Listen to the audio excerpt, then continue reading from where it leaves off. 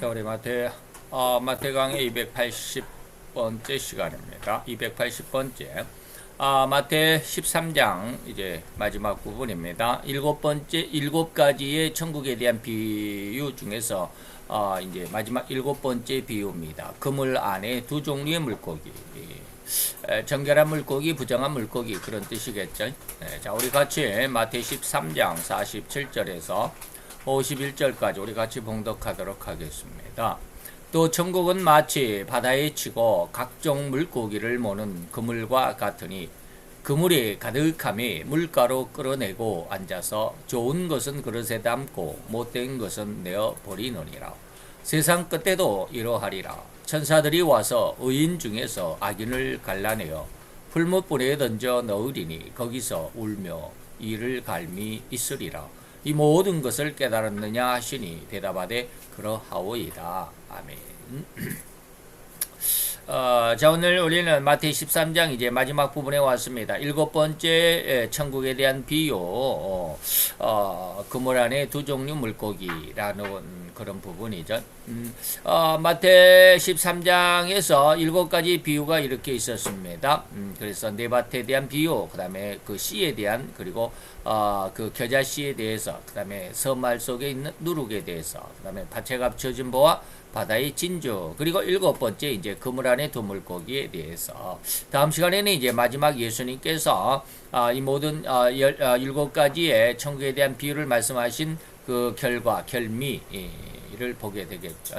자, 그러면 오늘 이제 앞에서 7가지가 13장에서 7가지가 이렇게 들어있다. 비유가 천국에 대한 비유가 있다라고 그랬는데 그 모든 비유의 마지막 결론적으로 종합적으로 이런 뜻입니다. 결론입니다. 결론다운 주님의 말씀이다. 자, 그물은 복음을 의미한다라고 하는 것이죠. 그물은 복음이고 또는 교회다라고 의미하고 있습니다. 그리고 온 바다는 온 세계를 의미합니다. 거기에서 많은 고기들이 있는데, 다시 말하면 인간들이죠. 인간들이 있는데 특별히 주님은 두 종류만을 말씀하고 계십니다. 좋은 고기와 나쁜 고기인데, 좋은 고기는 나중에 이제 그릇에 담고 나쁜 고기는 다시 내버린다라고 하셨으니 이러한 일은 세상 끝에 가서야 행한다라고 오늘 본문 말씀에 기록이 되어 있습니다.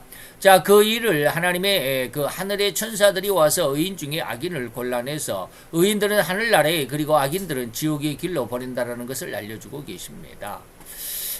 이것으로 마지막 천국에 대한 비유를 두 물고기에 담아서 거기에 비유하여 말씀하여 주신 것인데, 그물은 복음이나 교회라고 말하고 이 바다는 온 세계를 의미하고 있죠. 그래서 그 물고기의 고기를 두 가지로 말하고 있으니 이는 세상 끝인데, 이는 7년 대환란에 대한 정리를 비유하는 것과 또 마지막 그 회개를 하죠. 죄를 뉘우치는 회개가 아니라 모든 그 재정을 다 결산하는 의미의 회개. 이 회개인 주님의 재림, 이어서 이제 천년왕국, 그리고 주님의 백보자 대심판, 그리고 영원한 시한과 새 땅의 도래에 앞서서 대심판의 때에 이 물고기의 그 비유와 같은 그런 일이 있을 것이다 라고 하는 것입니다. 그때까지도 교회라는 그물로 세상 끝까지 이끌어 가시고자 하시는 하나님의 의지를 나타내고 있다라고 하는 것이죠. 자, 두 물고기에 대한 내용은 레위기서 11장에 기록이 되어 있습니다. 그 중에 9절로 12절까지 내용에는 이제 그 물고기에 대한 내용이죠. 여기서 보니까 하늘에는 새들, 정결한 그 새와 부정한 새 있죠. 그 다음에 두 번째는 이제 육지의 그 동물, 짐승들 중에서 부정한 짐승이 있고 또 정결한 짐승. 그래서 부정한 새는 하나님 앞에 제물로 제사로 드릴 수가 없었죠. 짐승도 마찬가지고요. 또 오늘 물고기도 역시 같은 의미입니다. 그래서 하나님이 제물로 받을 수 있느냐 없느냐, 또 사람이 그것을 정결하다고 해서 먹을 수 있느냐 없느냐, 이것을 하나님께서 구분해 주셨던 것이죠. 레위기서 11장 9절로 12절을 보니까 물에 있는 것 중에 너희의 먹을 만한 것은 이것이니 무릇 강과 바다와 다른 물에 있는 것 중에 지느러미와 비늘 있는 것은 너희가 먹을 수가 있다라고 하는 것이죠. 그리고 무릇 물에서 동하는 것과 무릇 물에서 사는 것 중에 곧 무릇 강과 바다에 있는 것으로서 지느러미와 비늘이 없는 것은 너희에게 가증하다. 그렇기 때문에 이들은 너희에게 가증한 것이기 때문에 너희는 그 고기를 먹지 말고 그 죽음을 가증히 여기라. 수중생물의 지느러미와 비늘이 없는 것은 너희에게 가증하다라고 이렇게 분명히 말씀했습니다. 자, 그래서 이 중에서 보면 지느러미와 비늘이 두 가지가 다 그러죠. 지느러미도 있고 비늘도 있고, 아니면 어떠한 고기는 지느러미는 있는데 비늘이 없는 고기도 있고요. 비늘이 없는 고기가 있는가 하면 지느러미도 있죠. 뱀장어, 지느러미는 있죠. 근데 비늘이 없다라는 것이죠. 뭐 뱀장어나 메기, 미꾸라지, 뭐 이런 것들이죠. 그리고 또 지느러미가 없다. 그런데 비늘이 있다. 이거는 잘 모르겠어요. 비늘은 있는데 지느러미가 없는 고기가 있을까? 그것은 잘 모르겠고요. 어쨌든지 그러나 보통 거의 많은 물고기들은 지느러미와 함께 비늘도 있습니다. 뭐 붕어, 잉어, 뭐 이런 것들 있죠. 우리가 흔히 잘 먹는 이 갈치는 그 은색이 그게 비늘이라고 해야 될는지는 잘 모르지만 어쨌든지 그렇습니다. 그래서 보면 그 낙지, 문어, 뭐 이런 거 있죠. 이런 것들은 지느러미도 없고 비늘도 없고 그러죠. 그런데 그래서 그 유대인들은 오징어 같은 거 안 먹습니다. 낙지 같은 거 안 먹어요. 그리고 더군다나 뭐 뱀장어 아주 기겁을 하죠. 먹지 않죠. 근데 왜 우리는 먹을까? 우리는 뭐 부정한 족속인가? 그러면 천국에 못 들어가는가? 이런 말씀에 대해서 다음에 나올 수도 있겠지만, 신약에 와서는 예수님께서 너희를 더럽게 하고 너희를 죄를 짓게 하는 그 추악한 것들은 너희 입으로 들어가는 게 너희를 추악하게 그리고 더럽게 그리고 아주 부정하게 만드는 것이 아니라 너희 속에서 나오는 거야 라고 이렇게 말씀하십니다. 다시 말하면 이제 먹는 것 가지고는 예수님께서 하나님께서 만드신 것 중에 거룩하지 않은 것이 없고, 너희가 만약에 기도하면 그 기도로 인해서 아무리 세상 속에서 부정하다 할지라도 부정하다고 그렇게 규정했다 할지라도 하나님의 은혜 안에서는 그 말씀과 기도 안에서는 다 정결하게 된다라고 이렇게 말씀하신 그런 부분도 있습니다. 그래서 신약 예수님의 은혜 안에서는 이제 먹고 마시는 것을 먹는 것으로 너 형제를 걸려 넘어지게 하지 말라라는 예수님의 그런 말씀도 있죠. 그래서 신약에서는 이제 먹지 못할 것이 없습니다. 그러나 그 먹는 것으로 우리를 부정케 하는 것이 아니라 나오는 것은 뭐예요? 배설물이 아니라 분뇨가 우리가 배변하는 그런 것이 아니라 뭐요?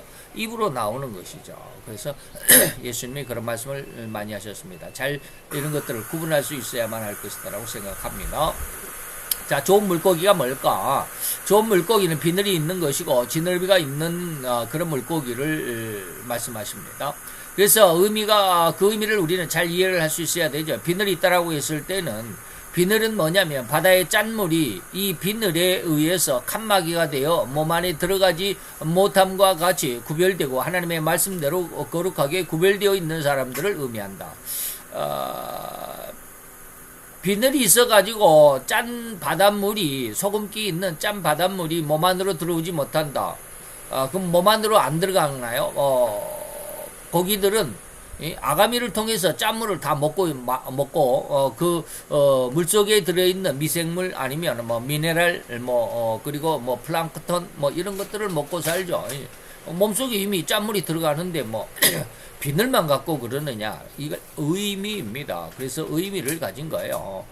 물고기도 다 그 바닷물을 먹고 사니까 몸속에 바닷물에 대한 어떠한 영양소가 다 들어있다라는 것이죠. 그럼에도 불구하고 하나님이 굳이 이렇게 비늘을 말씀하신 것은 의미입니다. 의미를 잘 이해할 수 있어야 되죠. 그래서 바다의 짠물, 다시 말하면 세상에 더럽고 추악한 죄악들, 이것을 의미합니다. 죄악에 대해서 내가 다시 말하면 거부할 수 있고 그것을 거절할 수 있는 그러한 기능, 그러한 믿음, 그러한 능력. 어떻게 보면 전쟁터에서 병사들이 이 갑옷을 입는다. 갑옷을 왜 입어요? 상대의 적군의 칼이나 창이나 화살이 나에게 날아왔을 때, 나에게 던져졌을 때 내가 그 창을 맞고도 살아날 수 있는 내 몸을 해하지 못하게 하는 그러한 기능이 갑옷이죠. 바로 그런 거, 갑옷과 같은 의미가 이 비늘입니다. 그래서 이 비늘의 의미는 방금 말씀을 드렸습니다. 하나님의 말씀대로 거룩하게 구별되어서 죄를 대적할 수 있는 그런 믿음이죠. 그래서 사람들은 이제 그 마음과 말과 행동에 진정으로 하나님의 말씀으로 거룩하게 구별이 되어 있는 사람들 신자라고 그러죠. 그 다음에 두 번째로 지느러미는 방향을 잡는 것이죠. 방향. 지느러미는 꼭 배의 그 키와 같죠. 그래서 키를 어디로 돌리느냐, 많이 돌리느냐, 적게 돌리느냐에 따라서 많이 돌리면 배가 그냥 급격하게 이렇게 선회를 할 수 있고, 또 작게 돌리면 이제 멀리 이렇게 돌아갈 수 있고, 뭐 이러죠. 그리고 비늘이 없으면 지느러미를 가지고 내가 앞으로 갈 건지 왼쪽으로 갈 건지 오른쪽으로 갈 건지 이러한 지느러미를 가지고 방향을 잡는다라고 하는 그런 뜻입니다.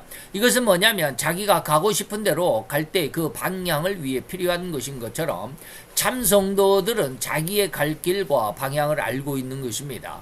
또한 자기들의 행동으로 하나님의 영광을 이룰 수도 있는 사람들이다라는 그런 것이죠. 자, 이러한 고기는 그릇에 담기게 되고 또한 곡간에 들어갈 수 있다. 곡간은 이제 그 알곡이 되었을 때 이제 알곡과 곡간의 연관이죠. 그래서 고기는 그릇에 담기게 되고 그리고 하나님의 곡간. 뭐 다시 말하면 저장소, 오늘날로 말하면 이제 저장소죠. 저장 창고, 저온 창고 뭐 이런 것이죠. 곳간에 들어갈 수 있다라는 것이고 이는 안식을 얻고 천국에 들어갔다라는 그런 의미의 말씀이다. 자, 그러나 반대로 이제 비늘이 없는 고기는 바다의 짠물에 전적으로 젖어들어 있는 사람이다. 세상 만사, 뭐 우리가 흔히들 뭐 수포자라는 말씀이 있죠. 그래서 대학을 못 가고 수능을 포기한 사람들, 수포자라고 이렇게 말하는데 이 사람들은 뭐요? 세상을 포기한 세포자들입니다. 세상을 포기한 사람, 되는 대로 사는 사람들이죠. 그래서 이들은 비록 교회에 나와서 교인의 일을, 다시 말하면 교회 일을 한다고 해서 교인인 것처럼 보이지만 세상에서 하는 행동과 버릇들이 그대로 없어지지 않고 나타나 있는 사람들이죠. 그래서 이걸 우리는 뭐 세속적인 사람이다라고 이렇게들 말하는데 굉장히 이 말이 어렵습니다. 우리의 현실 삶 속에서 우리는 그냥 교회만 열심히 다니면 전부 다 신자고 정말 훌륭한 신앙이다라고 이렇게 생각을 하는데 그렇지 않다라는 것입니다. 이거는 아주 그냥 아주 단편적으로 겉으로 드러난 것만을 말씀드리는 것이고요. 아주 자세한 것들은 제가 계속해서 설교 시간에 그런 내용들을 많이 말씀드리죠. 자, 또한 세상에서도 하나님의 말씀대로 산다고 하지만은 그들의 모든 생활은 세상을 위한 삶이 될 뿐 전혀 하나님을 위한 삶이 되지 못한다. 이거 굉장히 의미가 깊은 말인데 다 이해할 수 있는 사람들이 거의 없어요. 그냥 교회에서 열심히 교회만 나오면 지난번에 우리가 2주간을 걸쳐서 부활절 예배의 4시간에 대해서 4시간을 걸쳐서 그렇게 말씀을 증거했는데 그때 저희들이 그런 말씀을 했습니다. 말씀을 듣기는 듣지만 교회 문을 나서는 순간 교회법을 따르는 교회 안에서만 하나님의 법에 대해서 은혜를 받고 설교를 듣고 그것으로 마음에 조금 움직임이 있다 할지라도 교회 문을 나서는 순간 교회의 성경 말씀이나 또 설교 말씀이나 그 내용은 교회에다가 다 내려놓고 세상은 세상 법으로 살아가는 거야 라고 하는 이런 모습들이 너무 많습니다. 저도 그 모습이 상당히 많이 있어요. 그래서 이런 것들을 다 이겨낼 수 있는 은혜가 우리들에게 주어질 수 있도록 지금이 굉장히 마지막 시기에 다가와 있기 때문에 여러분들이 많이 기도해야 됩니다. 즉 그들이 교회 안에서는 정말로 착하고 그래서 사람들로부터 인정을 받을 수도 있을 것입니다. 왜 그렇습니까? 그도 물고기이기 때문이죠. 교회 안에 있기 때문에 그렇죠. 그러나 그의 속에는 세상의 많은 거짓과 세상을 살아가는 그런 어떤 거짓 속임수 등이 그 마음속에는 이미 들어 있습니다. 버려지지 않고 있죠. 그래서 그러한 더러운 죄악으로 교회 안에서도 이런저런 수많은 자기 어떤 욕심을 채워가는 그런 일들에 많이 사로잡혀 있다라는 것입니다. 그러므로 이 비늘이 없는 고기라고 하는 것은 세상의 정욕과 안목의 정욕과 이생의 자랑 등이 그의 말에도 마음에도 그리고 그 행위에도 그대로 나타나게 되는, 그래서 그 나무의 열매를 보니까 그 나무가 무슨 나무인지 알겠다. 사과를 맺으니까 이건 사과나무구나 라고 할 수 있고, 배를 열려 있으면 이건 배나무다 라고 이렇게 그렇게 이야기할 수 있죠. 그래서 그 사람의 언행심을 보니까 저 사람은 이런 사람이고 저 사람은 저런 사람이겠다 라고 하는 것이 이해가 되더라, 이런 뜻입니다. 그 다음에 지느러미가 없는 고기라고 했을 때는 자기의 또렷한 지조가 없이 이리저리 몰려다닐 수 있는 사람, 바람 부는 대로 물결 치는 대로 그래도 물거품처럼 말이죠. 물이 이리 흔들리면 이리 가고 저리 흔들리면 저리 가는, 부평초라고 그러죠. 뿌리가 없는 물 위에 떠 있는 그러한 풀은 물결이 흐르는 대로 그냥 떠나갈 수밖에 없어요. 세상이 살아가는, 세상이 그저 자기 어떤 줏대, 자기 사상이 없이 그냥 그대로 살아가는. 제가 이번에 4월 10일 날 제22대 총선거가 있었죠. 그래서 우리 우파가 좌파, 종북 주사파 좌파들이 엄청난 그 득세를 하고 말았습니다. 그런데 그것으로 인해서 우리나라가 굉장히 지금 위기 속에 있다라고 저도 지금 많이 말씀을 하는데, 하나님 앞에 그런 걸 많이 기도를 했죠. 뭐 한 2달 전부터 하나님께서 나라와 민족을 위해서 기도하라 라고 했던 지난날에 하나님의 7년 전에 그 말씀을 기억을 하면서 그렇게 기도를 했습니다. 그런데 우리의 기도와 바람대로 이루어지지 않았죠. 그러면 우리 우파의 그 기도가 부족했단 말인가? 뭐 좀 부족했을 수도 있죠. 저도 많이 부족하다라는 걸 느꼈습니다. 내가 이제 직장을 다니지 않고 기도했다면 뭐 한 3일 아니면 한 일주일 이렇게 한적한 곳에 들어가서 금식하면서 나라와 민족을 위해서 그냥 가슴을 치면서 그렇게 기도 했어야 되는데 하는 그런 아쉬움도 있었습니다. 총선 치르기 전에도 그렇게 한번 기도해야 되는데 왜 이렇게 안 되나라는 그런 안타까움도 있었는데, 그래서 우리의 기도가 부족했을 수도 있습니다. 그러나 하나님이 그렇게 하셨을 수도 있습니다. 그러니까 우리가 하나님의 뜻을, 마음을 전혀 우리가 알지 못하니까 그냥 하나님이 지금 이렇게 결과가 나온 이 상황에서 하나님의 마음을 추정해 보는 거예요. 그러면서 제가 느끼면서 하나님 앞에 느끼고 깨달았던 것은 뭐냐, 세상 많은 사람들이 거의 우리나라에 지금 그 종북 좌파의 표를 던진 사람이 50%라고 그러죠. 전국적으로 이제 표를 딱 모아보면 50%입니다. 그리고 우파의 표를 던진 사람이 45%입니다. 그럼 5% 차이밖에 안 나죠. 이 5% 차이 안에 다시 말하면 50%라고 하는 종북 좌파들에게 표를 던졌던 이 50% 안에 20%가 중도층입니다. 이게 무슨 말인지 잘 이해할 수 있어야 돼요. 그래서 우리가 여기에 제가 이제 기도할 어떤 명분을 찾는 거예요. 20%, 15%에서 20%가 중도층입니다. 다시 말하면 적극적으로 좌파의 어떠한 그 성향이 아닌데, 그냥 이번 선거 속에서 이 정부가 이걸 너무 잘못해서 이건 정말 한번 매를 때려야 돼 하고 마음을 바꾼 사람들이, 이전에는 마음을 뭐 좌파도 아니고 우파도 아니고 그냥 그런 대로 살아가는 사람들을 우리가 중도층이라고 그래요. 중앙층, 중심에, 중앙에 있는 사람들, 이쪽도 아니고 저쪽도 아니고 가운데 어정쩡하게 있는 사람들. 그러다가 이런 사람들이 이거 좌파가 조금 잘못했다 그러면 우파로 밀려 들어가고, 우파가 좀 잘못했다 그러면 좌파로 밀려가는 이런 사람들이 있거든요. 이 사람들의 표가 뭐냐면 15에서 20%입니다. 정확히는 이제 25%라고 그러는데, 25%, 20%라고만 딱 하더라도 20%가 50%에서 20%를 빼버리면 얼마요? 30%밖에 안 됩니다. 쉽게 말하면 우리나라의 좌파의 세력이 30%밖에 안 된다라는 거예요. 30%에서 많아야 35%입니다.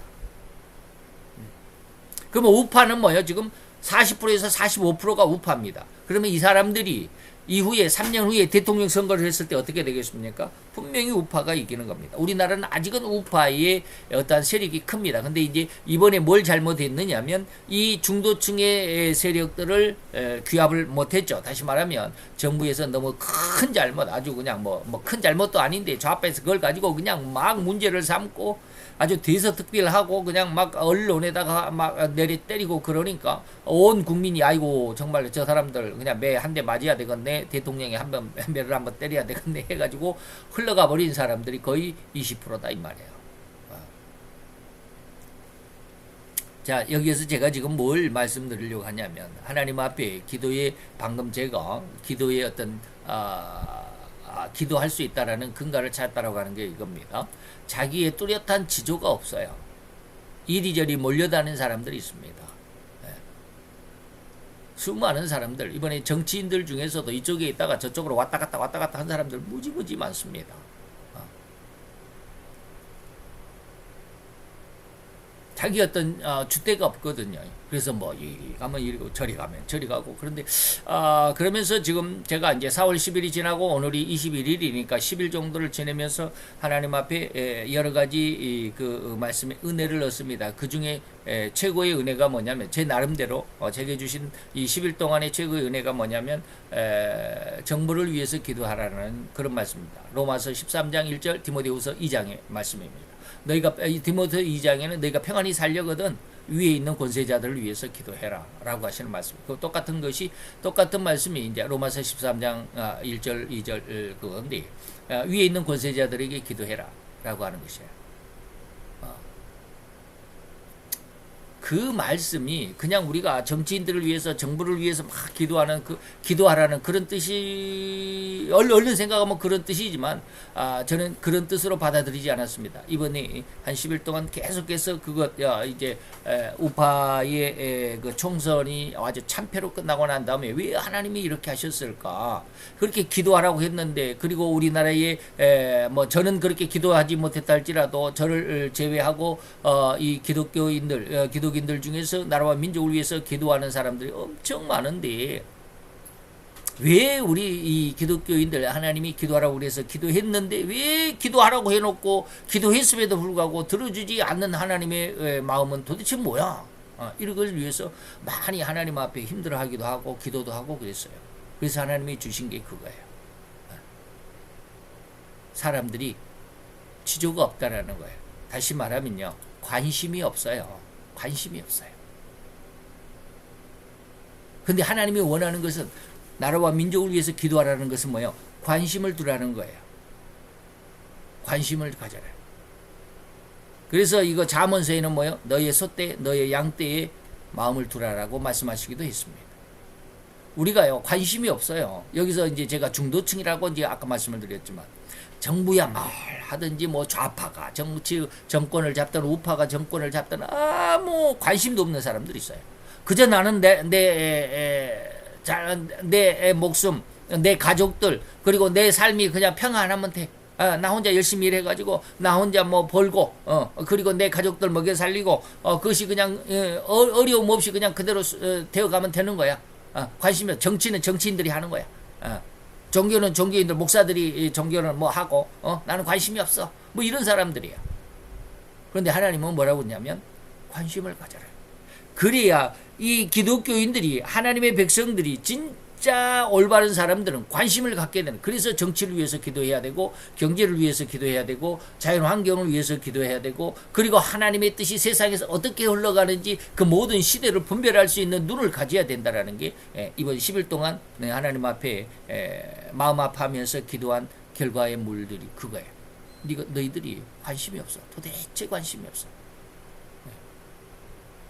누가 정치를 했든 다시 말하면 뚜렷한 지조가 없이 이것도 아니고 저것도 아니고 그래서 우리나라에 기독교인들이 1000만이 된다고 하면서 이번에 자유통일당에게 나온 표는 뭐예요? 몇십만 표도 안 나왔어요. 100만 표도 안 나왔어. 기가 막힌 노릇이죠. 저도 자유통일당에 표를 던지지는 않았습니다. 잘못하면 내 한 표가 그 물거품이 될 가능성이 있어요. 왜? 자유통일당의 인기가 그만큼 없었기 때문에. 비록 두색 서석을 얻을 수 있는 3% 이상의 표를 얻을 수 있다라는 어떤 가능성이 있다고 했으면 저도 그렇게 던졌을 거예요. 그래서 투표장에 가기 바로 직전에 아침에 일어나가지고 나는 8번을 찍을 거야 라고 했었는데 우리 가족들한테 다 8번을 찍자라고 했었는데 투표장에 가기 직전에 아무래도 내 표가 사표가 될 가능성이 많겠다라는 그런 안타까움이 있어가지고 오히려 안타깝지만 8번을 찍지는 않았습니다. 다시 말하면 우리들은 우리 성도들이라 할지라도요, 성경 공부에 저 관심이 없어요. 하나님의 말씀이 뭐라고 그러든 그냥 교회 와서 성경 말씀을 설교 말씀을 들을 때는 아멘하고, 내게 조금 좋은 것이 있고 뭐 축복이 된 것 같고 내가 좀 잘 된 것 같고 내게 좀 복이 된 것 같다 그러면 아멘하고 좋아하고 교회 열심히 나오지만 조금 힘들고 어려워지면 하나님이 왜 이러나, 그냥 되는 둥 마는 둥, 그냥 교회에 나오는 둥 마는 둥, 열심히 하는 둥 마는 둥. 성경은 완전히 뭐 저 뒷방 구석에다가 그냥 집어 던져놓고 먼지가 쌓이든 말든 전혀 관심이 없어요. 이게 뭐요? 지조가 없는 거예요. 그냥 세상 사는 대로 사는 거야. 이걸 히브리서 기자는 뭐라고 했냐면 일생에 매여 일생에 종노릇하는 자들이야. 이런 뜻입니다. 지느러미 없다라는 게 바로 그런 뜻이에요. 자, 그래서 이것도 좋고 저것도 좋다. 아니면 이것도 싫고 저것도 싫다. 방금 말씀드렸던 세포자들, 세상을 포기한 사람들. 이러한 사람들을 지느러미가 없는 사람이라고, 물결이 치는 대로 바람이 부는 대로 흘러가는 사람이라고 이렇게 말하고 있습니다. 이것을 이제 저는 이제 자기 멋대로 살아갔기 때문에 그건 하나님의 법이 아니야, 네 마음대로 살았잖아 라고 하는 불법입니다. 그래서 결론적으로 주님은 이렇게 고기를 그물로 모으는데, 세상에 이제 예수를 믿는다고 하는 신자들을 마지막 때 하나님께서 다 불러 모으실 건데, 그 안에서 이렇게 구분이 되는 두 가지의 고기가 있는데 그 두 가지를 하나님께서 분명히 골라낼 것이다 라고 하는 것입니다. 그 중에서 자기 할 일을 정확히 알고 그대로 자기의 언행심사에 나타나는 이 고기, 다시 말하면 옳은 성도는 주님이 계신 곳간에 드리고, 다시 말하면 천국에 이 말이죠. 그러나 그렇지 못한 비늘이 없어서 세상의 정욕을 그대로 유지하고 살아가거나, 또는 지느러미가 없어서 성도로서 지켜야 할 일도 제대로 지키지 못하고 이런저런 일을 계속, 세상적인 일을 계속하여 살고 계속하면서 살아가는, 그래서 그의 모든 언행심사에 세속적인 물이 그대로 나타나는 사람들인데, 그들은 하나님의 곳간에 들어가지 못하고 밖으로 쫓겨나서 슬피 울며 이를 갈 것, 지옥으로 떨어질 것. 하나님 앞에 열심히 평생을 헌신하고 수고하고 충성한다고 했지만 이게 뭐 충성인지 헌신인지 나름대로 뭐 그러면 저러면 뭐 이런 사람들이 너무 많아요. 저도 아직 뭐 그런 쪽에는 벗어나지 못하고 있다라고 늘 말씀을 드리는데, 요즘 10일 동안 하나님 앞에 기도하면서 그런 어떤 마음들을 많이 들여다보게 됐습니다. 아주 희한한 어떤 눈들이 이번 10일 동안에 은혜 안에서 얻어지게 됐어요. 만약에 이번에 저희들이 기도한 대로 우파가 아주 그냥 뭐 한 150석, 160석 이렇게 절반을 넘어가서 승리했다라고 그랬으면 이런 은혜를 얻을 수 있었을까? 저는 없었다라고 생각해요. 그럼 왜 하나님이 이렇게 하셨을까? 하나님이 우리를 기도하게 하시기 위한 회초리를 계속 때리고 계신다. 대통령을 탄핵시키고, 그리고 또한 그 입법권인 그 국회의원 수에서도 이렇게 나라와 민족을 힘들게 하시는 것은, 그래서 하나님께서 마지막 선택한 나라와 민족인데 하나님이 이렇게 어렵게 하실까라는 그런 생각도, 그런 기도도 해본 적이 있어요. 이 10일 동안에. 하나님 진정 우리를 이렇게 힘들게 하실 건가요? 실제로 그렇게 기도했어요. 하나님, 이 나라와 이 민족을 이렇게 지난 75년간 이렇게 축복하시고 은혜로 축복으로 이끌어 오셨던 이 나라 자유 대한민국을 하나님 이렇게 힘들게 하실 건가요? 왜 그렇게 하시나요?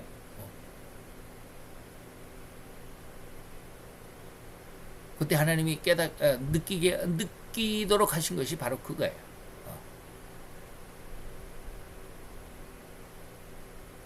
너희 기도처럼 만약에 우파가 이번에 승리했다면 너 이러한 기도 했겠니?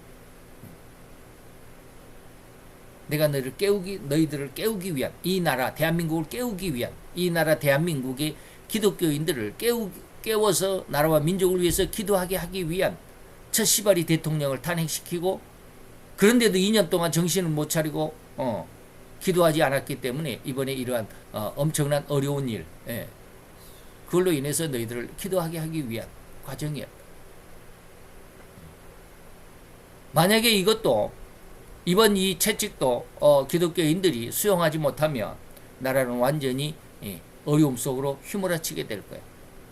제가 굉장히 두려웠습니다. 그 은혜를 느끼고서 굉장히 두려웠어요. 그러면서 하나님이 그럼에도 불구하고 이스라엘을 다니엘서 1장 1절을 기억하게 하셨고 계시록 12장 17절인가요? 12장의 여인과 여인을 하나님의 독수리 날개에 태워서 하나님이 예비한 곳으로 인도했다라는 말씀을 주시기도 했습니다. 그래서 이 나라가 자칫하면 분명히 굉장히 어려운 상황으로 휩쓸리게 될 수도 있습니다. 정신 차리지 않으면. 그러나 기도하는 자는 내가 지켜줄 거야 라는 그러한 약속도 받았다라고 저는 믿습니다. 그게 다니엘서 1장 1절 2절이 뭐요? 하나님께서 지키신 하나님의 선민, 하나님의 선민, 선택한 민족, 그리고 거룩하게 한 성민. 두 가지 용어를 씁니다. 선민이기도 하고 성민이라고도 하는데 이 두 가지 용어에 해당하는 유대를 하나님께서 망하게 하셨던 때입니다. 너희가 정말로 올바로 서지 않으면 나라까지 망해. 그럼에도 불구하고 그 안에서 하나님의 백성 다니엘과 그 세 친구들을 하나님께서 보존해 주셨다라는 게 이제 다니엘서의 내용이기도 합니다. 여러분들이 잘 기억하셔야 될 겁니다.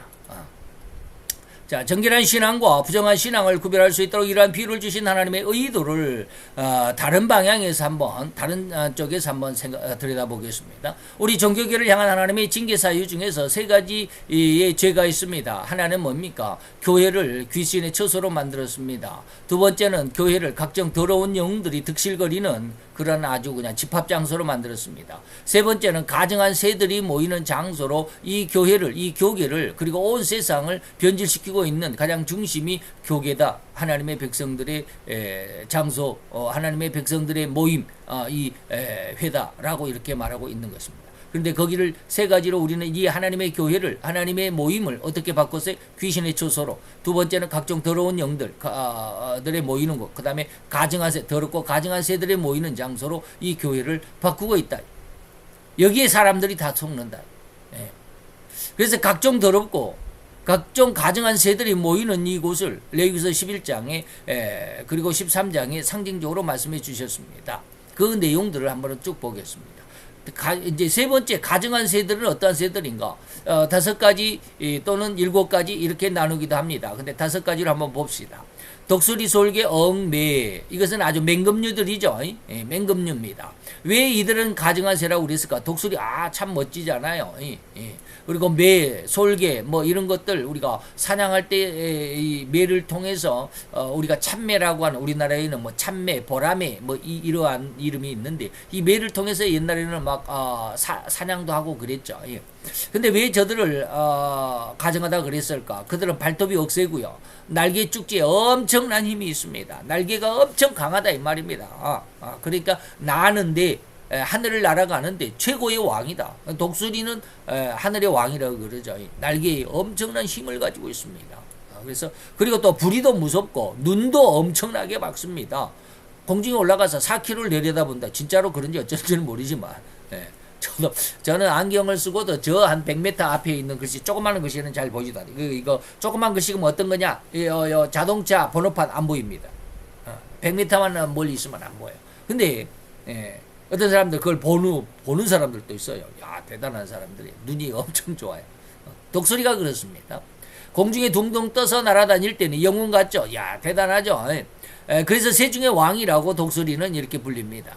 모든 만물이 그를 추앙합니다. 누가 저 새를 당할 수 있겠는가? 라고 정말로 그런 존경의 말을 하기도 하죠. 자, 이것이 바로 인간들의 모습 안에서 높은 인격자 같이 보입니다. 오늘날 민땡당이 이등명 같죠. 족땡 같지. 그거 놀라운 힘이 있어 보이고, 그러나 어디서 먹잇감 병아리 한 마리라도 보인다 손 치면 쏜살같이 내려가서 발톱을 움키고, 발톱으로 그냥 확 움켜서 이거 떨어지지도 않습니다. 발톱이 그냥 이렇게 반듯하게 있는 게 아니라 이렇게 확 휘어져 있잖아요. 그러니까 한번 먹이를 이렇게 딱 잡으면 그 살 속으로 이게 이렇게 들어가서 옴츠러집니다. 그러니까 이렇게 빠지지 않죠. 빠지지 않습니다. 네. 그래서 이번에 이제 야당이 좌파들이 이렇게 득세를 하고 나가지고 엉뚱한 1년 전에 있었던 아주 그 가짜 뉴스 하나를 지금 온 이 나라를 아주 들썩이게 하죠. 가짜 뉴스 하나를 만들어 가지고, 그러니까 그 먹잇감이 하나 걸렸죠. 그러니까 아주 손살같이 저 위에서 이제 나라를 완전히 장악한 왕 위에, 대통령 위에 군림하는 최고의 권력자다라고 이렇게 딱 이제 낙인이 딱 찍혀 있으니까, 그 힘으로 인해서 그 가짜 뉴스 하나를 가지고 야 이거 진짜 같은데, 여러분들 뉴스 보시면 압니다. 이땡명 씨의 앞잡이였던 이땡영이라고 하는 그 부지사 있었습니다. 경기도 부지사, 평화부지사라고 하는 이땡영이라고 하는 사람. 그 사람이 지금 1년 전에 작년 6월 달에 있었던 일을 한 가지를 폭로를 했습니다. 내가 감옥에 있으면서 검찰에 가서 조사를 받을 때 아주 그냥 이 술판을 벌려놓고 거기 가서 막 회도 사다 놓고 뭐 양주도 사다 놓고 뭐 소주도 갖다 놓고 해가지고 나를 술 먹여가지고 이땡명이 잡아넣기 위해서 나를 회유했다라고 이러한 뉴스를 하나 퍼뜨렸습니다. 그랬더니 이땡명이 곧바로 물었죠. 야 이거 이땡명이의 말을 들어보니까 이거 진짜 같다. 사실은 100% 사실인 것 같다라고 이렇게 말해가지고 지금 난리법석입니다. 온 나라가. 근데 이 말이 계속 바뀝니다.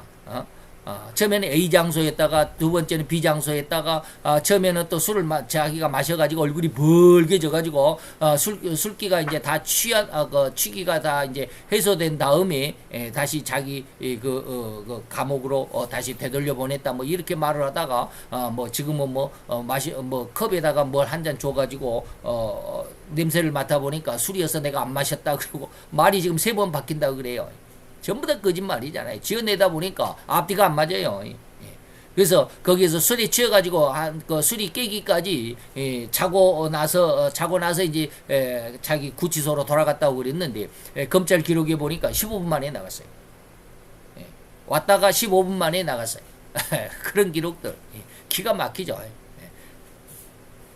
바로 이런 모습들입니다. 그래서 높은 인격자 같아 보이고 크고 놀라운 힘이 있어 보이고, 그래서 어디서 먹잇감이 하나 병아리 한 마리 딱 보일라 치면 아주 쏜살같이 내려가서 발톱으로 움키고 숲속에 들어가서 자기 새끼들하고 부리에 피치를 범벅하면서 찢어발겨 먹는 것들이 바로 이 새들의 습성입니다. 그래서 독수리, 솔개, 매 종류, 이 맹금류들은 하나님 앞에 뭐냐?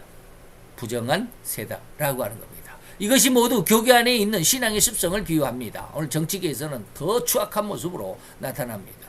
상당한 권세가 있고 지혜가 있고 영향력이 있어 보이고 사회적으로나 종교적으로나 그럴싸하게 존경을 받는 종교계의 인물들이 있습니다. 발에 힘도 있고 날개 축지에 힘도 있고, 그래서 유유히 날아다니면서 그 밝은 눈으로 내려다보는 이 세계를 마치 천계를 바로 직시하는 것만 같은 그런 아주 신령한 모습으로도 나타납니다. 그러나 그가 어디서 명예라든가 이권 같은 것이 있은즉 인정도 사정도 체면도 불사합니다. 그것이 누구든지 간에 먹을 수만 있다면 포켓에 집어넣고 들어가서 하나님의 빛이 없는 그늘진 숲속에 들어가서 자기네끼리 아주 오늘 또 많은 수익을 얻었네 라고 키득거리는 이런 성격의 종교가들을 이 5가지 새로 성경은 비유하고 있다라고 하는 것입니다. 두 번째는 까마귀 종류입니다. 까마귀는 배은망덕한 새다라고 이렇게 말합니다. 노아 홍수 때 노아가 땅에 물이 말랐나 그 여부를 알아보기 위해서 방주 밖으로 까마귀를 내보냈습니다. 그랬더니 앉을 데가 없어서 왔다 갔다 했습니다. 그리고 두 번째 다시 일주일 만에 내보냈더니 이제는 일주일 만에 물이 많이 말라가지고 썩은 시체들이 이제 둥둥 이제 그 물이 빠진 땅 위에 있겠죠. 그래서 그것을 파먹다가 정신을 잃고서 그 파먹는데 이제 배불린다 이 말이죠. 자기를 그동안 키워주고 살려준 은혜를, 노아의 은혜를 잊어버리고 돌아오지 않았다 이 말입니다. 그래서 까마귀는 뭐다? 배은망덕한 새다라고 해서 이런 배은망덕한 사람들이 이번 국회 선거 때도 있었습니다.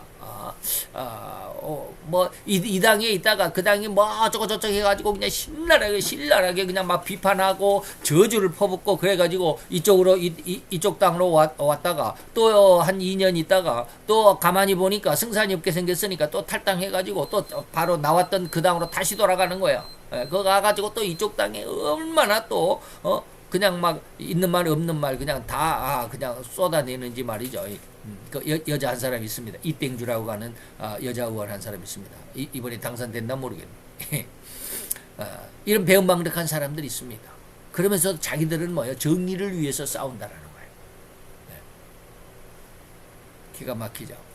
자, 우리는 어려울 때 도움을 받으면서 제가 이렇게도 저렇게도 할 수 없는 곤란한 처지에 당할 때 그리고 또는 기회만 되면 언제든 기회만 되면 내가 언제 널 봤냐라는 식으로 안면물 쓰다 그러죠. 달아나고 맙니다. 썩은 것을 뜯어먹기 바쁘다는 의미는 세상에 썩고 죽을 것들을 육신적이고 세속적이고 마귀적이고 인간적인 모든 것들을 쟁취하려고 하는 이 안다라는 이 모습. 이 모습을 썩은 것들이라고 이렇게 말하고 있고요. 이 썩은 것들을 뜯어먹는 것으로 비유하고 있습니다. 그래서 자기 정권을 위해서 얼마나 추악하고 유치한지 말이죠. 이땡명이가 자기 당선을 위해서 오직 한 군데 자기가 출마한 인천 계양구 을 지역에 게리맨더링을 실시를 했습니다. 오직 유일하게 그것만 그 선거구만 뭐 좌파들이 많은 구역 2동인가 3개 동인가 2개 동인가를 이쪽으로 끌어당기고 자기 그 관할 구역 안에서 반대파 우파들이 많이 있는 동네를 떼가지고 또 저쪽으로 보내고 자기 선거구에 이렇게 몰아가지고 말이죠. 이 게리맨딩이라고 그러는데 나에게 유익한 사람들만 이렇게 모아. 그리고 나에게 필요 없는 사람은 비록 내 아픔 안에 이런 게 그림 안에 있지만 여기는 너는 저리 가. 이런 게 게리맨딩이라고 그러는데 이런 게리맨더링에 있었던 지역이 오직 한 군데 그곳뿐이었습니다. 기가 막히죠. 그러면서도 어떤 그 유튜브 기자가 가가지고 유튜버가 가가지고 이번에 이런 게리맨더링이 있었는데 이거 어떻게 생각하십니까? 그러니까 이택명 씨 하는 말이 그거 내가 한 거 아니고 선거관리위원회에서 선관위에서 하는 거야. 왜 그것만 합니까? 기가 막히죠. 예. 그래서 이번에 당선되기는 했지만 뜯어먹는 이 썩은 것을 이 말이죠. 개와 돼지에게는 진주나 보화가 결코 먹음직하게 주어지지 않습니다. 제가 이 개와 돼지, 진주와 보화를 이렇게 말씀하려고 하다 보니까 지금 제가 요즘에 갑자기 뭐 이제 정치에 이제 완전히 신물이 났죠. 정치를 위해서 기도는 나라와 민족을 위해서 기도는 해야 하기는 하지만 안타까운 마음을 지금도 가지고는 있습니다. 그래서 이제 뉴스를 잘 안 봅니다. 그러면서 한 이틀 동안 이제 환경 문제에 대해서 3년 전, 2년 전, 1년 전에 있었던 환경 문제에 대해서 쭉 환경과 식량 문제에 대해서 이러한 동영상을 계속 봅니다. 일을 하면서도 우리는 볼 수가 있고, 또 보고만 핸드폰만 들여다보면 안 되니까 핸드폰은 그냥 틀어놓고 귀에다 꽂고 있으면 뭐 길이 멀리 10m 밖으로 이렇게 나가도 귀에는 들리니까 그건 한 10편 정도를 봤어요. 뭐 2시간, 1시간짜리, 거의 1시간짜리들이. 한 10편 정도를 봤어요. 굉장히 심각하더라고요. 그래서 제가 아까 이제 관심 있느냐, 없느냐, 이런 것들을 지금 이야기를 하는데, 우리는 그 관심이 없잖아요. 환경 문제에 대해서, 식량 문제에 대해서, 전혀 관심이 없잖아요. 저도 이번에 그거에 지금 2년 전인가 1년 전인가 2년 전인가 나온 영상인데 우리가 많이 먹는 청양고추 있잖아요. 이 청양고추 우리나라 걸까요? 외국 걸까요? 외국 겁니다. 우리나라 거 아니에요. 저거 그 사실 알고 깜짝 놀랐어요. 청양고추가 왜 외국 거예요? 우리나라 청량지방이 청량인가? 그 지역에서 많이 나는 그 고추 아니야? 라고 저도 그렇게만 생각하고 있었는데 그 고추를 비롯해서 뭐 100여 가지의 기술을 가지고 있는 그 농업 회사가 있었답니다. 제가 이제 기억은 다 못하고 그냥 이렇게 막 일을 하면서 왔다 갔다 하면서 뭐 들었기 때문에 정확하게 기억을 딱 하고 뭐 하고 그런 상황은 아니었죠. 듣기만 한 거예요. 우리나라의 농업 회사가 이번에 우리나라 그 IMF가 있었죠. 그때 너무 힘들어 가지고 이 기업이 휘청휘청할 때 외국 기업이 우리나라의 그 농업 회사를 사버린 거야. 그러니까 그 농업회사가 가지고 있는 많은 그런 어떤 그 지적재산, 종자에 대한 어떤 비밀들, 뭐 이런 것들이 그 외국, 미국의 뭐 세계에서 제일 큰 회사 이름이 색자인데 제가 이게 뭐라고 그러는데 이름도 기억을 못 하는데 그 회사가 사버렸어요. 그러니까 그 청양고추가 우리나라 건데도 불구하고 이제 팔렸으니까, 미국에 팔렸으니까 미국 거잖아요. 자, 이게 뭐냐면 제가 왜 이런 말을 갑자기 뭐 진주나 보와 개와 대시할 때 이렇게 이야기하느냐면 우리는 관심이 없어요. 네. 뭐가 중요한지 몰라요. 지금 우리가 살아가는 게 지금 그래요. 우리는 지금 하루 먹고 뭐 한 달 일하고 한 달 봉급 받아가지고 한 달 뭐 일을 하고 그 번 월급을 가지고 한 달 어떻게 하고 그 살아가면 되잖아요. 근데 이 사람들은 어떻게 해요? 세계를 장악할 그런 어떤 계획을 가지고 있잖아요. 세계를 장악할 계획을 가지고 있어요. 그게 무슨 뜻인지 아세요? 종자를 사는 거예요. 종자를. 우리나라에 그래서 방금 말씀드렸잖아요. 청양고추가 원래는 우리나라 건데 그 종자를 외국에서 미국에서 사버렸어요. 미국 기업이. 그러면 그 종자를 하나를 이 파종을 하는데 청양고추 그 나무 하나를 심는데 로열티가 옛날에는 우리나라 거였으니까 우리가 로열티를 안 주고도 그냥 했어요. 우리나라 사람들은. 근데 이게 이제 외국에서 넘어가니까 로열티가 한 나무 그 고추나무 하나를 심는데 뭐 1원이든 뭐 2원이든 뭐 이렇게 로열티가 나가는 거야. 근데 이 사람들은 뭡니까? 한 해에 그 씨앗을 그 이제 만약에 청양고추 씨앗을 우리나라에 우리나라에 1,000만 원어치를 판다. 뭐 1,000만 원어치는 뭐 말도 안 되겠지만 이 몇백억씩 팔겠죠. 그러면 그것을 이제 온 농민들이 이제 그 씨를 사다 가는데 그 씨를 사는 값 속에 노열티가 다 들어가요. 미국으로 나가는 노열티가. 근데 그러면 우리는 그 청양고추를 이제 키웠으니까 그 청양고추의 그 고추를 벌려 가지고 거기서 씨를 우리가 이렇게 딱 받아놓고 그걸 다음 해에 또 심을 수 있느냐? 못 심습니다. 왜 못 심을까? 우리는 그러잖아요. 그 감자를 캐면은 그 감자를 씨앗으로 몇 개는 일부러 놔뒀다가 다음 해에 그 이렇게 그 싹이 눈이 나오면 그 싹을 이렇게 잘라가지고 2개나 3개로 이렇게 나눠가지고 또 이렇게 논에다 밭에다가 심어가지고 또 거기서 감자를 또 수확하고 그러잖아요. 그리고 거기서 나오면은 그 다음에 내년에 또 심어야지 하고 일부는 또 씨앗 종자로 남겨놓잖아요. 근데 외국에서 씨앗 종자를 사오면요, 다음 해에 그 씨앗을 내가 고추를 방금 말씀드렸듯이 고추를 내가 키워가지고 거기에서 고추 씨를 내가 이렇게 발라내가지고 다 모아놨다가 내년에 다시 심어야지. 그렇게 했다가는 큰일 납니다. 저작권이에요. 그게 바로 종자권입니다. 그래서 내년에 심으려면 내년에 씨앗을 다시 사야 돼.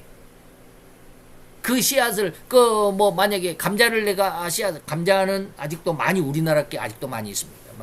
감자를 사가지고 그 감자를 일부를 내가 내년에 심어야지 남뒀다가 그걸 내년에 심으면 큰일 납니다. 집안의 뿌리채 흔들려서 뿌리채 뽑혀가지고 빼앗길 수 있습니다. 그러니까 해마다 사야 돼요. 해마다 사야 돼요. 해년마다 올해 씨앗을 내가 100평의 고추씨를 심겠다. 그래서 고추씨를 한 10,000개를 샀다.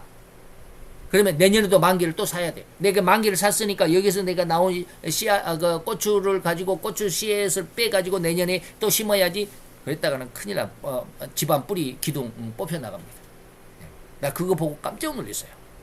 제가 지금 이틀 3일 동안 지금 계속해서 그런 식량 전쟁, 종자 전쟁, 그 다음에 환경 전쟁, 이런 모습 갑자기 막 그런 것을 또 막, 그러면서 느낀 게 바로 그거예요.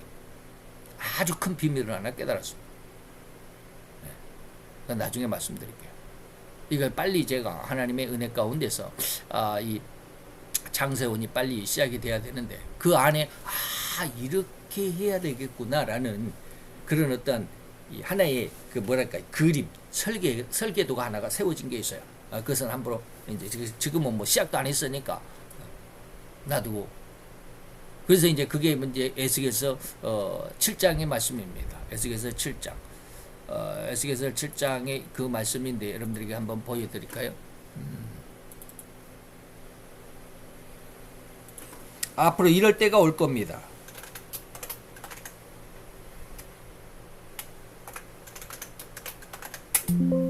하나님이 갑자기 이 말씀을 주셨어요. 에스겔서 7장 19절입니다.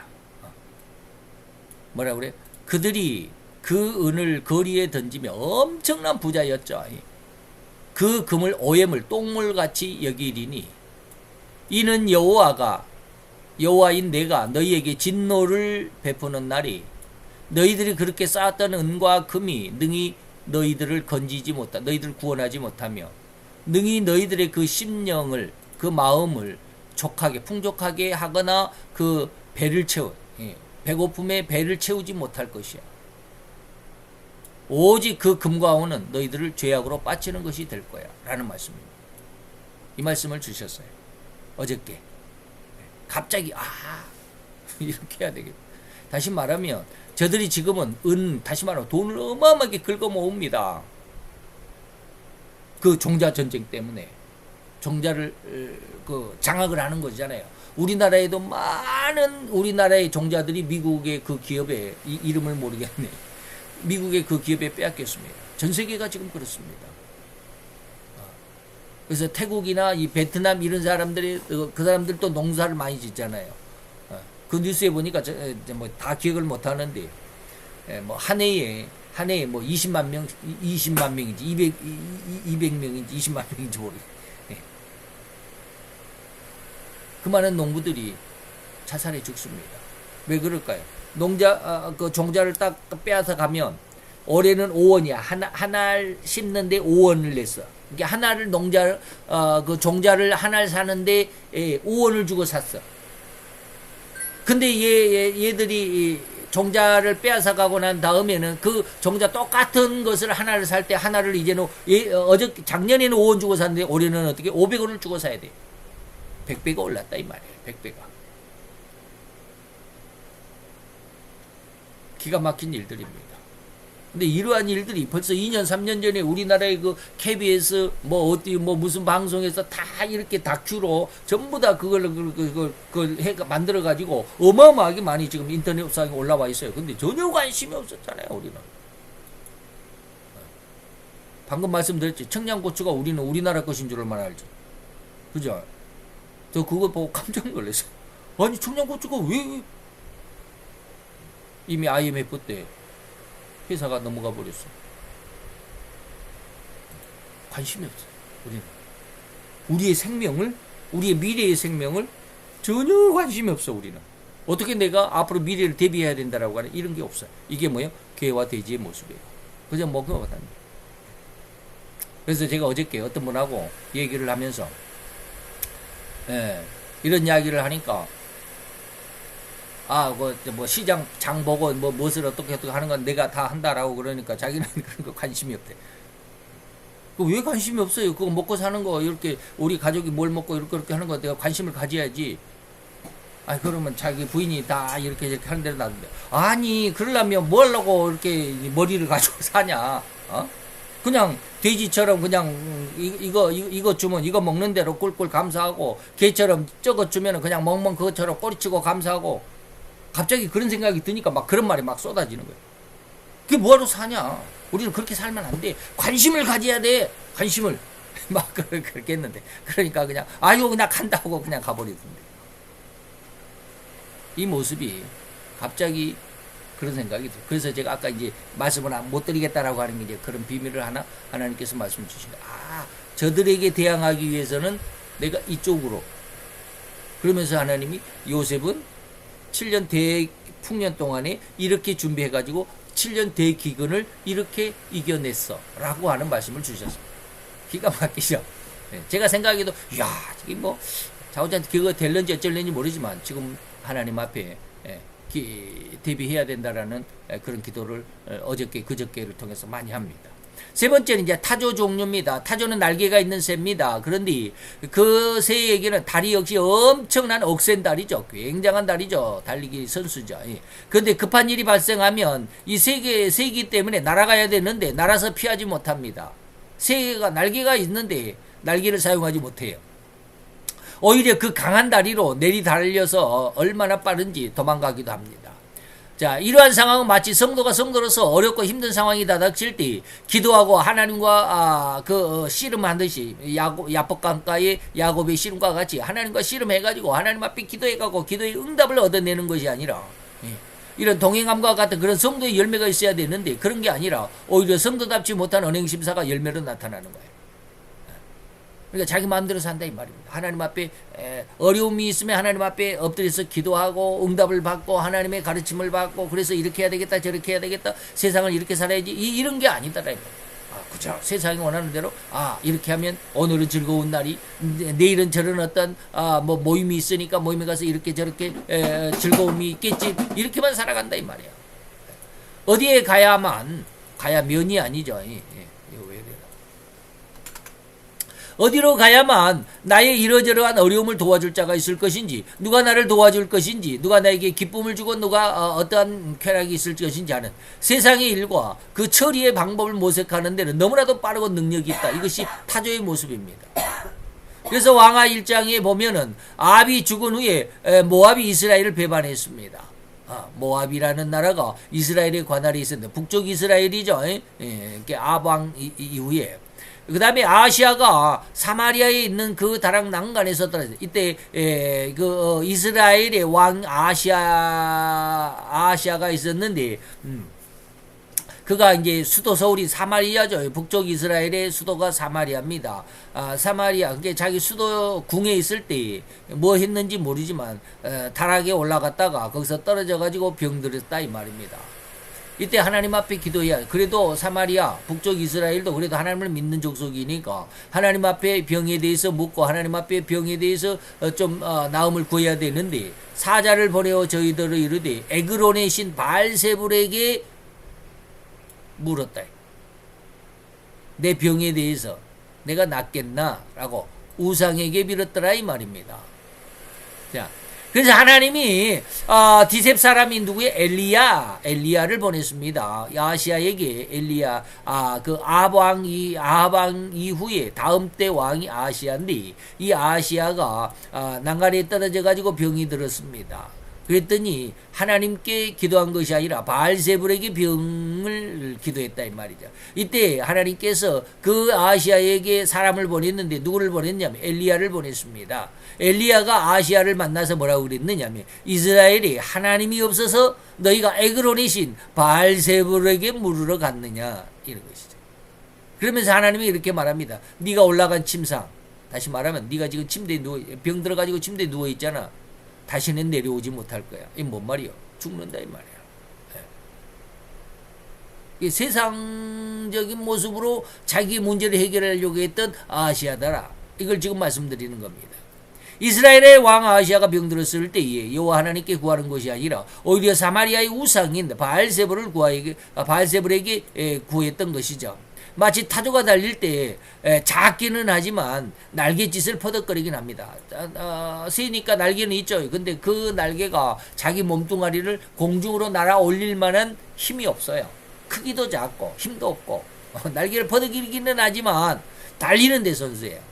이는 성도에게 마치 성도의 열매는 조금은 있음을 말합니다. 조금은 기도도 하고 찬양도 한다는 것입니다. 그러나 그 효력을 발휘하지도 못합니다.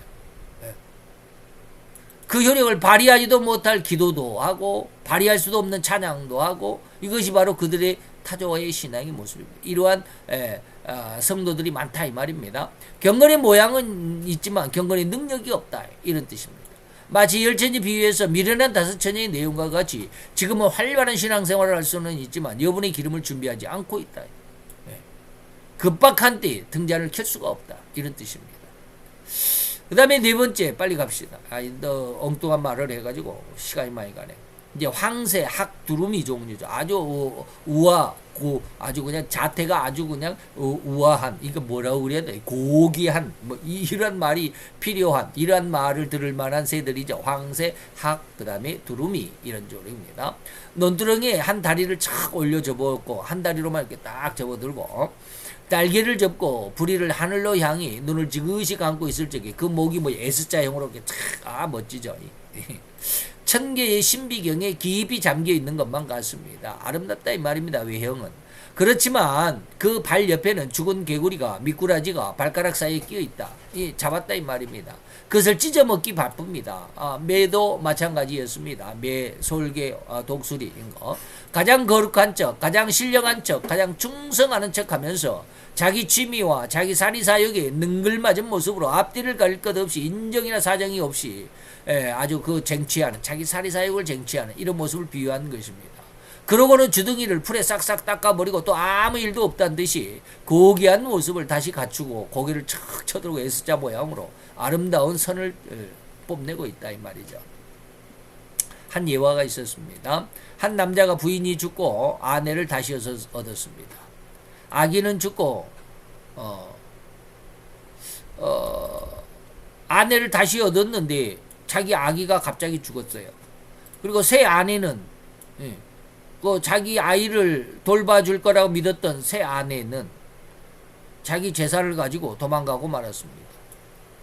그래서 이 남자가 모든 것에 허무함을 느낀 남자는 개나리 보찜 하나를 지고 이제 세월 따라 길 따라 바람 따라 물 따라 이제 방랑을 시작한 것이죠. 모든 것을 다 잃었으니까 이제 모든 것을 다 세포자죠. 세상을 포기했습니다. 길을 가다가 언덕에 잠시 쉬는 중에 누워서 이제 옛날 그림 생각하면 가다가 언덕에 누워가지고 잠시 하늘에 떠가지는 구름들을 지켜보고 있는 그런데 그 곁으로 중이 지나가고 있었습니다. 제가 스님이라고 안 하고 중이라고 그랬습니다. 이런저런 자기의 답답한 인생살이를 서로 이제 거기 앉아가지고 서로 나는 이렇게 살다가 지금 이렇게 합니다 하고 중도 어떻게 자기 모양 이렇게 이야기를 하다가 이 남자가 잠시 뒤가 마려웠습니다. 그래서 영변을 보기 위해서 자기의 그 개나리 보찜 중에게 잠시 좀 맡아두고 잘 좀 봐주세요 하고 잠시 자리를 뜬 사이에 똥을 싸고 와서 보니까 이 중마저도 자기 개나리 보침을 가지고 도망가고 어디론가 사라지고 말았습니다. 모든 것을 잃었죠. 그러니 하도 기가 막히죠. 그래서 그냥 뭐 오고 갈 힘도 없어 그 자리에 다시 누워가지고 나무 위를 저 이제 바라보는데 나무에 두루마리와 까치가 대화하고 있는 듯이 그렇게 보였습니다. 이쪽 나무에 두루미가 있고 이쪽 나무에 까치가 있는데 서로 이제 깍깍 그리고 또 뭐 두루미는 뭐라고 그런지 모르겠네. 이런 모습을 가만히 이렇게 지켜보니까 그 마음속에 저들의 대화가 들리는 듯해 이게 마음속으로 하는 거야.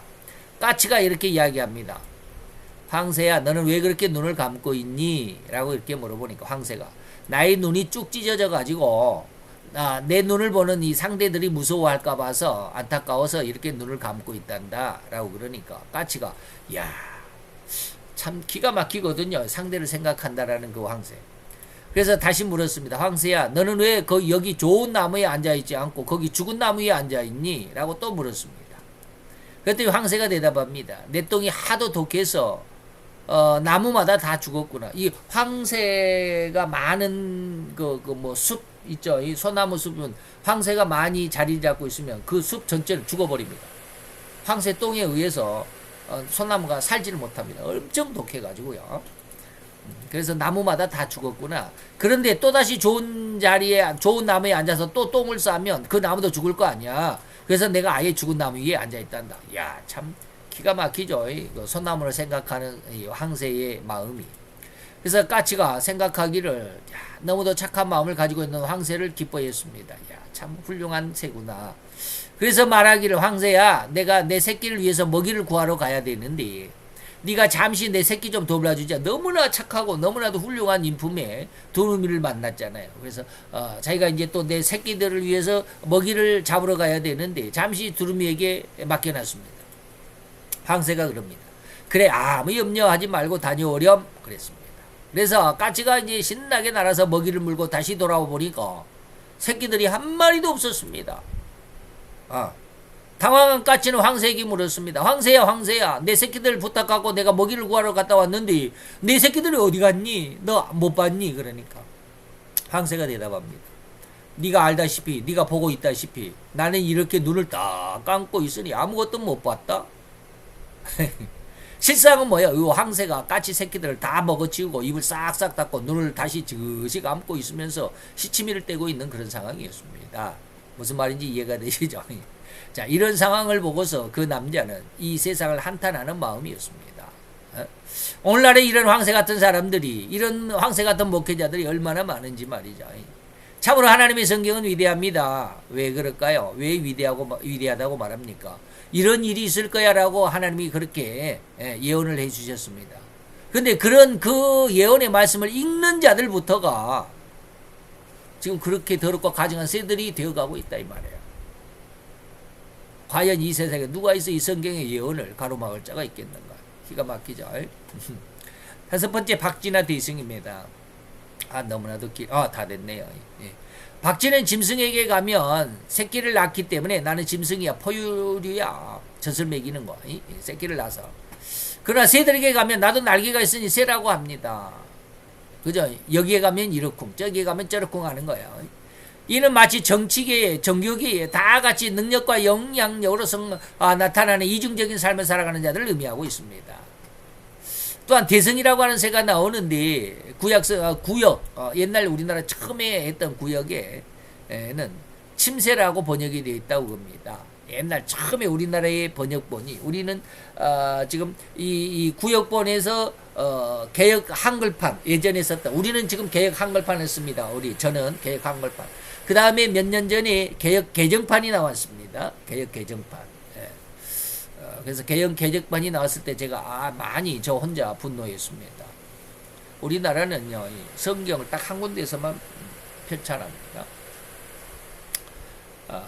근데 우리나라가 1000만이라고 그러죠. 기독교 인구가 1000만이라고 그럽니다. 근데 성경을 한번 바꾸면 교회가 이걸 허용을, 목사님이 이것을 교단에서 이걸 이용해 주지 않으면 성경이 안 팔리잖아요. 옛날 개역 한글판, 저는 지금 개역 한글판을 쓰고 있다고 그랬습니다. 개역 개정판을 성경을 이제 새롭게 편찬을 했는데 이거 팔려야 이 기독교 출판사가 살아남을 거 아니에요. 돈을 벌 거 아니에요. 그러니까 노비를 했겠죠. 저는 잘 몰라요. 총에 들어가서 일하는 사람이 아니기 때문에. 제 생각에는 그렇습니다. 돈을 매겼겠죠. 뇌물입니다. 그리고 나서 모든 우리나라의 기독교 교단의 이 개역 한글판에서 개역 개정판으로 싹 바꾸도록 일시에 그렇게 바꾼다. 우리가 개역 개정판을 사용한다라고 이렇게 일시에 변화의 바람이 불었습니다. 그게 한 10여 년 됐을까요? 모르겠네. 그렇게 했습니다. 근데 저는 그거 굉장히 반대했습니다. 번역에만 조금 오류가 하기도 하고 말이죠. 몇 가지가 있었습니다. 자, 그럴 때 우리나라에 이게 성경책 한 권이 얼마일까요? 보통 한 4만 원 합니다. 4만 원 하면 우리나라의 인구가 얼마나, 기독교 인구 1000만이라고 그랬습니다. 그러면 이 1000만 중에 몇 명이 성경책을 샀을까요? 적어도 절반 이상은 샀겠죠. 뭐 할머니 할아버지들은 뭐 성경책 안 사고 그냥 다니시니까 뭐 할머니 할아버지들은 빼고 또 어린애들 빼고, 어린애들도 뭐 어린이 성경책이 있겠죠. 절반 정도, 한 500만 아니 한 300만 명만 우리나라 성경책을 샀다고 하더라도 한 권에 4만 원에서 300만이면 얼마입니까? 그 생각을 하니까 아찔하더라고요. 미국 같은 데는 번역하는 기독교 성경을 번역하는 회사가 여러 군데가 있으니까 그런 노비가 잘 안 먹힐 수도 있지만 우리나라는 딱 한 군데거든요. 그러니까 이게 먹힐 수 있습니다. 4만 곱하기 300만 해보세요. 100만, 1000, 10억, 100억. 몇천억입니다. 어쨌든지 그렇습니다. 이게 뭐냐면 자기 이권입니다. 자, 그래서 구역에는 처음에는 이제 우리나라의 번역본이 처음에 번역했던 성경 구역이라고 그러는데, 그때는 이 대승이라는 새를 침새라고 했다고 그렇습니다. 그런데 이제 이게 개역 한글판으로 넣으면서 대승이라는 말로 바뀌었고, 개역 개정판으로 또 나오면서 또 대승이라고 그대로 나갔는지는 모르겠지만 좌우지간 그랬습니다. 자, 그러나 이러한 새는 우리나라에 없습니다. 이 침새라는 것은 없다고 그럽니다. 이 침새라는 것은 우리나라에는 두견새라고 있는데, 이 득연새와는 좀 달리 쌍두새라고도 말하기도 한답니다. 침새가 쌍두새, 머리가 둘 달린 새. 이건 전설의 새겠죠. 머리가 둘 달린 새가 어디가 있겠습니까? 근데 우리나라에는 득연새라는 전설이라는 새가 있는데 이 득연새가 날아가면 그 그림자가 날아갈 때 그림자가 그 음식물에 비추게 되면 그 음식을 먹은 사람은 죽었다라는 그러한 아주 흉악한 새라고 그럽니다. 이런 전설의 새입니다. 그래서 우리나라에서는 잔치할 때 이렇게 텐트를 치죠. 그래서 그 침새가 날아가더라도 그 그늘이 음식에 닿지 않도록 했던 그런 새 있었습니다. 다시 말하면 이 대승이라는 새가 영어 성경에는 펠리칸이라고도 번역이 되어 있습니다. 펠리칸. 주둥이 이렇게 물고기 먹으면 주둥이 턱 밑에가 이렇게 아주 그 풍선처럼 불어나는 그런 어떤 그 기능이 있죠. 그래서 한 마리를 딱 삼키면 밑에 부리 밑에가 이렇게 담기기도 하고 하는 것이죠. 그 펠리칸이라고 하는 새. 대승이 그렇게 영어 성경에는 번역이 되어 있습니다. 어쨌든 대승이라는 새가 어디를 날아가 앉든지 그 앉은 곳에 나무는 죽습니다. 풀도 죽습니다. 다 죽습니다. 이와 같이 어떤 사람들은 가는 곳마다 분란을 일으키고 싸움을 일으키고 상대방을 죽이고 시간을 죽이고 재산을 죽이고 인격을 죽이고 모든 것이 피폐화되어가는 피해만 남기는 이런 사람들이 있습니다. 왠지 그런 사람들이 있습니다. 그러나 이러한 모습의 신자나 집사, 장로, 권사, 심지어 목사들까지도 있을 수 있습니다. 그 사람을 만나면 곤란해지는 바로 이러한 새를 침새 또는 새의 대승이라고 그런다. 이처럼 가증한 새에 모이는 곳이 이처럼 지금 5가지의 새를 여러분들에게 말씀을 드렸습니다. 이게 레위기서 11장에 있는 새들의 모습입니다. 근데 그 레위기서 11장의 새의 가증한 새들의 모습이 계시록 18장에 나와 있습니다. 18장 4절에. 이 교회가 어떻게 됐다? 귀신들의 처소가 되고 각종 더러운 악령들이 모이는 집합장소가 교회가 되어버렸고 거기에 더럽고 가증한 새들이 모이는 곳이 되어버렸다. 그래서 다른 귀신의 처소나 더러운 영들의 집합장소를 교회가 이렇다라고 말씀드리지는 않았습니다. 자, 시간이 없어요. 근데 새에 대해서 지금은 여러분들에게 말씀을 드린 거예요. 근데 갑자기 두 물고기 이야기하다가 왜 새가 됐느냐? 비슷합니다. 부정한 새, 정결한 새, 부정한 물고기, 정결한 물고기. 그 구분만 정확히 하다면 지금 우리 신앙 안에서 우리의 어떤 교회 안에서 우리 신앙생활 속에서 우리 신앙이 잘못되어 가고 있는 아까 말씀드렸습니다. 지느러미가 무엇이고 비늘이 무엇이고 그래서 우리가 교회 안에서 어떠한 모습으로 지내가는 것이 지느러미가 없는 이러한 신앙의 모습인지 이것을 지금 비늘과 지느러미는 2가지밖에 안 되니까 여기서 이제 새는 5가지로 말씀을 드리면서 여러 다양한 신앙의 모습들, 신앙상의 그런 내용들 그러나 그것이 하나님의 뜻에 올바르지 않는 하나님의 눈에는 불법으로 행해지는 이러한 신앙인 같은 불신앙, 신앙 같은 불신앙 이런 것들을 좀 여러분들에게 설명해 드리기 위해서 새를 가져와서 여러분들에게 말씀을 드렸습니다. 이러한 가증한 새에 모이는 그런 세계적인 교회 미혹하는 영의 그러한 교계 그리고 그러한 귀신의 세계가 이 오늘날 교계가 되었습니다. 그렇기 때문에 하나님이 재림하셔서 예수님이 재림하셔서 가장 먼저 책망을 하고 심판을 하는 곳이 어디라고요? 밖에 불신자들을 먼저 심판하는 것이 아니라 교회를 먼저 심판한다. 이런 교회가 이렇게 험악하게 되어 있기 때문에 그렇습니다. 그래서 신앙을 정확하게 잡지 않으면 자기 나름대로는 엄청나게 올바른 정확한 헌신과 충성의 신앙이었지만 하나님 앞에 불법을 행했다라고 책망을 들을 수밖에 없다라는 거 누누이 말씀을 드리는 겁니다. 자, 그러니 하나님이 어찌 더 이상 이들을 그대로 내버려 두고 있는가 이 말이에요. 그런 교회는 예루살렘에 타락했을 적에 이방 나라를 들어서 징계하셨듯이 아까 제가 다니엘서 1장 1절을 말씀을 드리면서 방금 잠깐 말씀을 드렸습니다. 그렇게 이방을 들여서 유대를 때렸듯이 부득불 짐승으로서 이 음녀를 쳐서 심판할 수밖에 없다는 것입니다.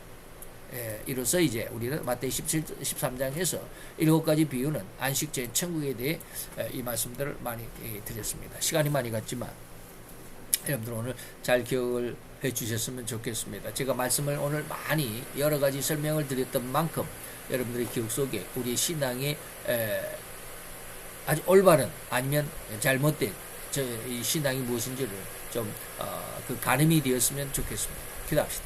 할렐루야. 주님, 오늘도 여호와의 귀한 은혜와 은총을 감사드리나이다.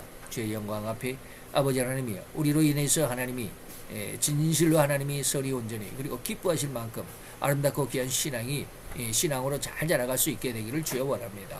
진실로 하나님의 말씀에 중심을 잡고 그리고 하나님의 뜻에 정확히 우리의 신앙의 뿌리를 내리고 하나님의 말씀의 영향분으로 우리의 신앙의 줄기가 우리 신앙의 건축물이 더 튼튼하고 탄탄하게 건축되어 가고 성장하고 자라가서 하나님이 선이 온전히 그리고 기쁘게 여기실 만한 아름답고 귀한 신앙의 열매들로 더 풍성하게 되기를 원합니다. 우리 지금 함께하여 은혜를 도하여 또 크게 우리를 인도하실 것을 믿고 예수 그리스도의 이름으로 감사와 기도드려 싸움나이다. 아멘.